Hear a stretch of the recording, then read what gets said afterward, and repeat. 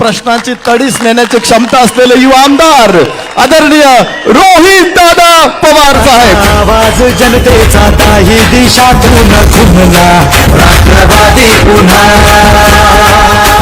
प्रगतीच्या वाटेने जाऊया। आज आपल्या सर्वांच्या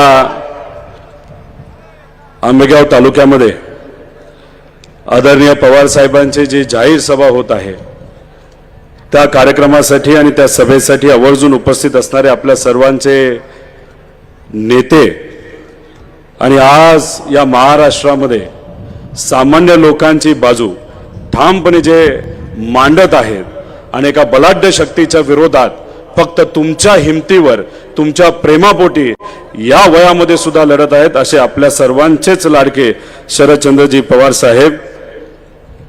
तसंच आमच्यासारख्या नवीन आमदारांना नेहमी नेहमी मार्गदर्शन करणारे, जेव्हा केव्हा एखादी अडचण येते तेव्हा पार्टीचे प्रमुख म्हणून आम्हाला मदत करणारे आमच्या सर्वांचेच मार्गदर्शक जयंत पाटील साहेब, इथं उपस्थित असणारं एक नेतृत्व ज्यांना तुम्ही लोकसभेमध्ये पाठवलं, तुम्ही जेवढं प्रेम करता तेव्हा मतदारसंघामध्ये असणारा प्रत्येक तालुक्याचा नागरिक त्यांच्यावर प्रेम करतो आणि फक्त मतदारसंघातलेच लोक त्यांच्यावर प्रेम करत नाही तर अख्ख्या महाराष्ट्राचे लोक त्यांच्या विचारावर त्यांच्या प्रयत्नावर प्रेम करतात आणि ज्यांनी लोकसभा गाजवली असे आपल्या सर्वांचे लाडके खासदार अमोलजी कोल्हे, तसंच ज्यांनी आता आपल्या सर्वांना मार्गदर्शन केलं असे अशोक बापू पवार, सुनीलजी भुसारा माझे मित्र, तसंच इथं उपस्थित असणारे आणि ही सभा व्हावी यासाठी आवर्जून लक्ष देणारे, तसंच उद्या तुम्हाला कुठलीही अडचण असेल तर आदरणीय पवार साहेबांच्या मार्गदर्शनाखाली आपल्यासाठी लढणारे आपल्यातलाच एक दत्तजी देवदत्तजी निकम, तसंच जगन्नाथ बापू शेवाळे, दानवांना घोडे, तसंच सूर्यकांतजी पलांडे, रामभाऊ कांडगे, जयदेवांना गायकवाड उपस्थित सर्वच मान्यवर पदाधिकारी कार्यकर्ते पत्रकार इथं उपस्थित असणारे स्वाभिमानी महाराष्ट्रातले सर्व नागरिक बंधू आणि भगिनींनो, पाटील साहेब काही दिवसांपूर्वी मी इथं आलो होतो, इथं असणारे तालुका अध्यक्ष यांच्याशी संवाद साधला, देवदत्त भाऊंशी संवाद साधला, कार्यकर्त्यांशी बोललो आणि मी त्यांना सहज विचारलं तुम्ही सभा घेताय खरं पण ती सभा कुठे घेणार आहात,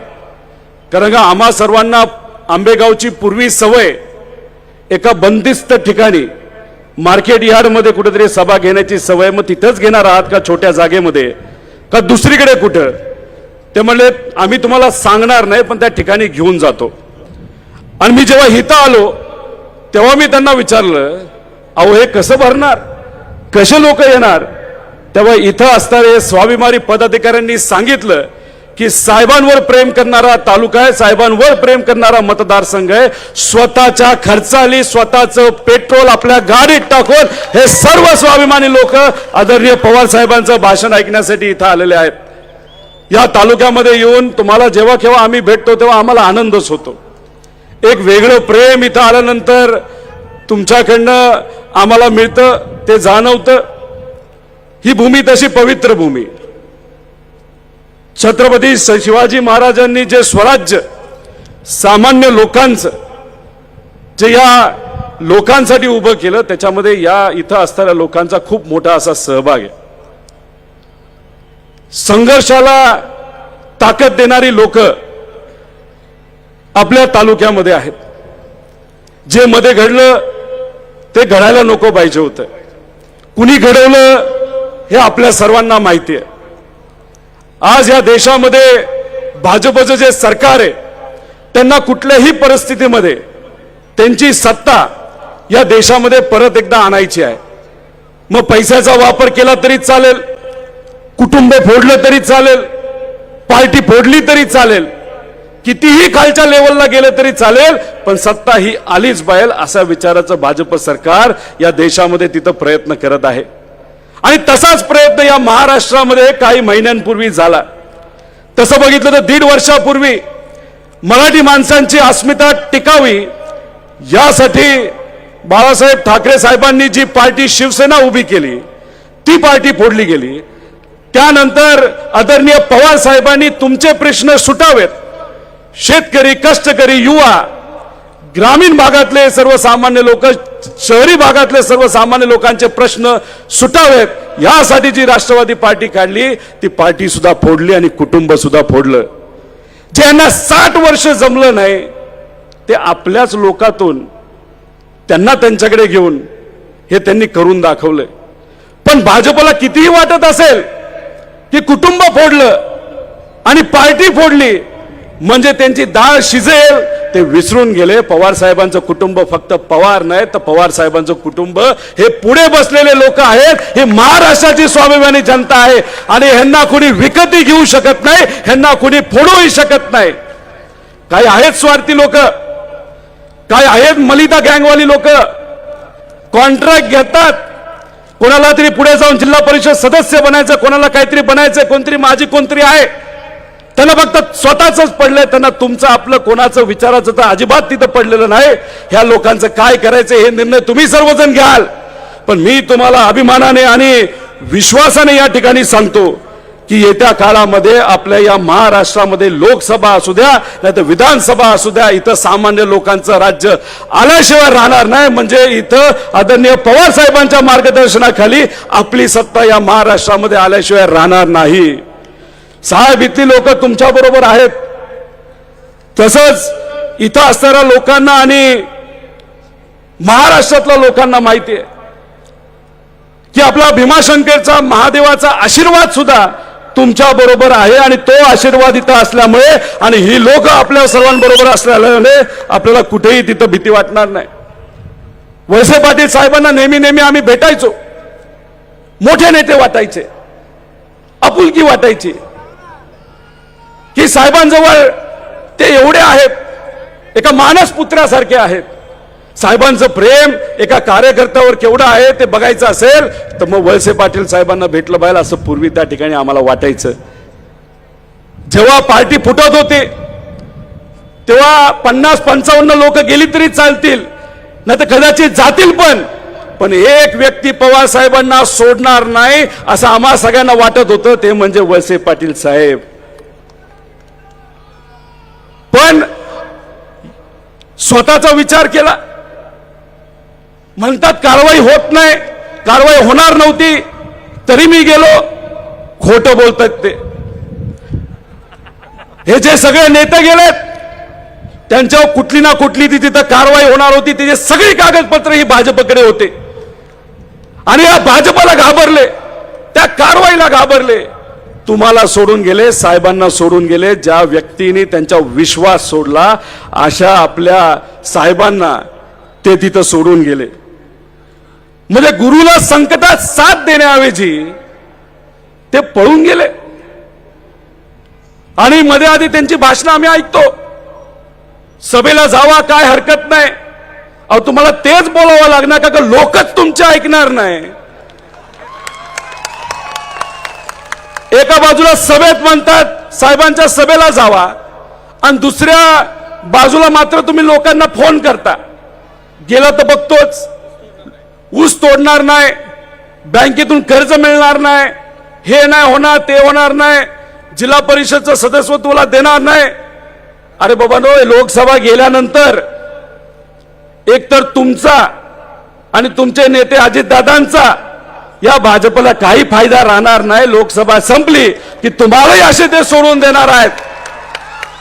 सुरुवातीला मात्र तुम्ही म्हणत होता 12 खासदारकी 12 खासदारकी, आता आले 4 वर, आज आहेत 4 वर, कारण का भाजपला त्यांची मदत लागणार.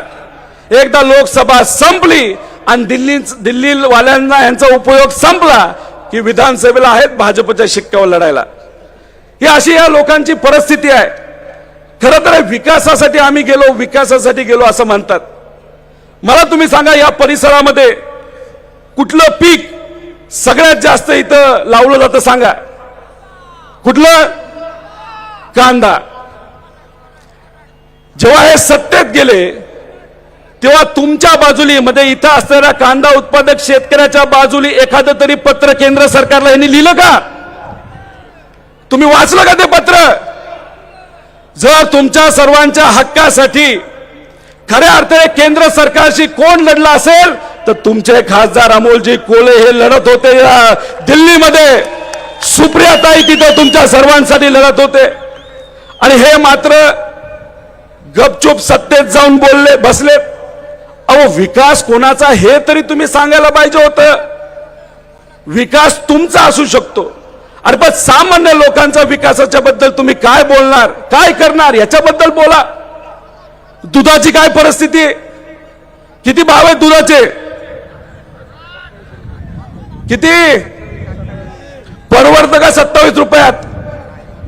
अहो तुमच्या लोकप्रतिनिधींनी आमदार म्हणून आणि मंत्री म्हणून तुमच्या बाजूने एक तरी पत्र लिहिलं का की आमच्या शेतकऱ्याला 35 रुपयाचा भाव मिळाला पाहिजे? लिहिलं का? कुणी लिहिलं का? का बरं? मग विकास कोणाचा? शेतकऱ्याचा विकास नाही? शेतकऱ्याला 4 पैसे मिळायला पाहिजे म्हणून नाही करायचं का? तुमच्याच परिचयाची कोणाची तरी कंपनी आहे आणि त्या कंपनीला स्वस्तात दूध मिळावं, त्यातून पावडर व्हावी, त्यातून त्यांचा नफा व्हावा, यासाठी तुम्ही बोलत नाही ना. अहो विकास विकास मला काहीच कळत नाही यांचा विकास. अहो हे ब्रिटिश काळामध्ये जर असते ना तर म्हणले ब्रिटिशच्या अख्ख्या जगावर राज्य आहे, तेव्हा भारतातल्या लोकांबरोबर राहायला काय अर्थ नाही, चला ब्रिटिश सरकार बरोबर आपण जाऊ. हे असे आपले पूर्वीचे नेते सगळे. हे जे काय चाललंय ते चुकीचं चाललंय. नेहमी नेहमी विश्वास टाकला. जेव्हा अनिल देशमुख साहेब आदरणीय पवार साहेबांच्या बाजूने लढत होते, तुमच्या सर्वांच्या बाजूने लढत होते, तेव्हा त्यांना होम मिनिस्टरचा राजीनामा द्यायला लागला. अनिल देशमुख साहेबांना जेव्हा होम मिनिस्ट्रीचा राजीनामा द्यायला लागला त्यानंतर होम मिनिस्टर कोण बनलं? महाविकास आघाडीमध्ये कोण बनलं? वळसे पाटील साहेब. बरोबर का नाही? या भूमीमध्ये जेवढी या मातीसाठी तुम्ही लढता तेवढं अजून एक कुठली गोष्ट त्यासाठी तुम्ही सर्वजण लढता. बैलगाडा आहे का नाही? बैलगाडा आहे का नाही इथं फेमस? लढला का नाही त्यासाठी? तुमचे नेते लढले का हो त्यासाठी? माजी खासदार सुद्धा क्रेडिट घेण्याच्या मागे पळतोय, पण बैलगाड्यासाठी कोण लढलं? मग बैलगाड्यासाठी लढत असताना ज्या सामाजिक कार्यकर्त्यांवर, ज्या बैलगाडी मालकांवर पोलिसांनी कारवाई केली, तुमचे इथले नेते होम मिनिस्टर असताना त्या कारवाई मागे घेतल्या गेल्या का? अरे म्हणजे काय चाललंय इकडे? अरे म्हणजे विकास म्हणजे काय? लोकांचा विकास का तुमचा विकास? हे स्पष्टपणे इथं असताना लोकांना तुम्ही सांगा. अहो हे भाषण करणारे फक्त विषय की आम्ही विकासासाठी गेलो. काही विकासासाठी गेले नाही, स्वतःवर कारवाई होऊ नये म्हणून ते तिकडे जाऊन बसलेत. अहो कालच कर्जत मध्ये एक बैलगाडी शर्यत झाली आमची. तिथं काही लोक आली, म्हणली बैलाकडे बघितल्यानंतर काय वाटतं? मी म्हणलं बैलाकडे बघितलं ना, प्रामाणिक कसं राहावं हे बैलाकडनं कळतं. आता जर बैलाकडनं ही गोष्ट आपल्याला कळत नसेल तर ज्या व्यक्तीने इथं अनेक वर्ष सत्ता राबवली याला प्रामाणिक राहणं काही शिकले नाहीत का? अमा अशा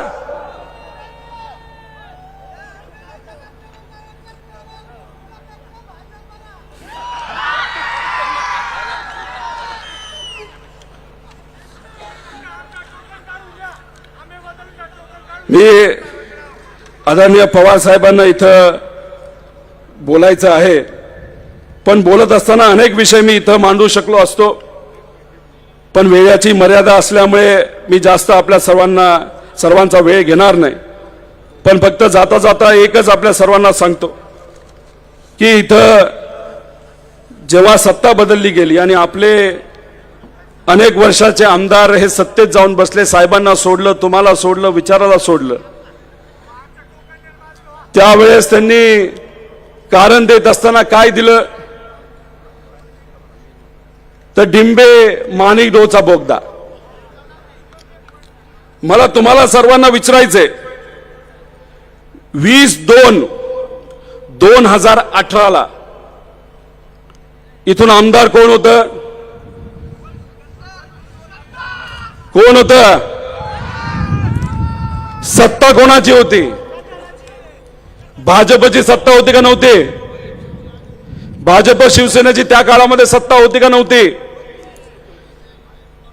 आणि तुमच्या सर्वांचे लाडके आमदार यांनी एक फार मोठ्या व्यक्तीला, ज्या व्यक्तीने 2014 नंतर या अख्ख्या महाराष्ट्रामध्ये राजकीय संस्कृतीची वाट लावली, अशा देवेंद्र फडणवीस साहेबांना एक पत्र लिहिलं. 2018ला मी आमदार 2019 नंतर झालो. 2018ला भाजपचं सरकार असताना देवेंद्र फडणवीस साहेबांना पत्र लिहिलं. मंत्र्याच्या अध्यक्षतेखाली एक बैठक बसली. या बैठकीमध्ये फक्त 3च लोक होते, ज्याच्यामध्ये वळसे पाटील साहेब होते, अण्णा हजारे साहेब होते आणि पाचपुते साहेब होते. याच्यामध्ये त्यावेळेसचे माझे विरोधक राम शिंदे तर कुठंच नव्हते, त्यांना काय विकासाचं पडलं नाही ती वेगळी गोष्ट आहे. या तिघांची बैठक झाली मंत्र्याबरोबर आणि त्या बैठकीसाठी वळसे पाटील साहेबांनी एक पत्र लिहिलं की हा बोगदा करायला काही हरकत नाही आणि जे पाणी येडगावला पाटाने जाते, कॅनलनी जाते, त्याच्यामुळे पाण्याचं खूप मोठं नुकसान होतंय आणि हा बोगदा तिथं झाला तर ते नुकसान थांबेल. असं पत्र कुणी लिहिलंय? वळसे पाटील साहेबांनी. अशा पद्धतीने ते जर वागत असतील आणि इथं येऊन माझं नाव सांगतात, अहो उलट आदरणीय पवार साहेबांनी पुढाकार घेतला. जयंत पाटील साहेब इथं आहेत आणि निर्णय घेत असताना हा निर्णय आपल्याला नगर जिल्ह्यासाठी तिथे असणाऱ्या लोकांसाठी घ्यावा लागेल, पण आमच्या आंबेगावच्या लोकांना विश्वासात घेतल्याशिवाय घेऊ नका, असं पवार साहेबांनी तिथं सांगितलं. आणि यांनी काळ्या रात्रीमध्ये जशी साईड बदलली, सत्ता बदलली, विचार बदलले, साहेबांना सोडलं, अशा तुम्हा सर्वांना विश्वासात न घेता 2018ला बैठक केली. मग आम्ही असं समजायचं का त्यावेळेस आंबेगाव शिरूरच्या मतदारसंघाला तुम्ही सोडण्याचा विचार केला होता? त्यावेळेस तुम्ही साहेबांना सोडण्याचा विचार केला होता? त्यावेळेस तुम्ही तिथं हा विचार सोडून भाजप बरोबर जाण्याचा विचार केला, म्हणून एक सेटिंग म्हणून हे पत्र देवेंद्र फडणवीसांनी मागितलं आणि तुम्ही सहजपणे देऊन गेले. अनेक असे विषय, वेळ नाही तर बोललो असतो. लोकसभेची पण सभा होणार आहे, घाबरू नका. एक तर लोकसभेसाठी अमोल कोल्हेंना विजय करण्याची सभा होणार आहे आणि दुसरी सभा अमोल कोल्हे परत एकदा जेव्हा खासदारीतून होणार त्याची विजयाच्या सभेला सुद्धा आम्हा सगळ्यांना यायचंय. पण एक तुम्हाला सांगतो, हा लढा फक्त घड्याळाच्या विरोधात नाही. घड्याळ तेच आहे, फक्त टाइम बदललाय. आपल्या वेळेस 10:10 होतं, आता यांच्या नवीन घड्याळामध्ये टाइम 4:20 आहे. म्हणजे काय?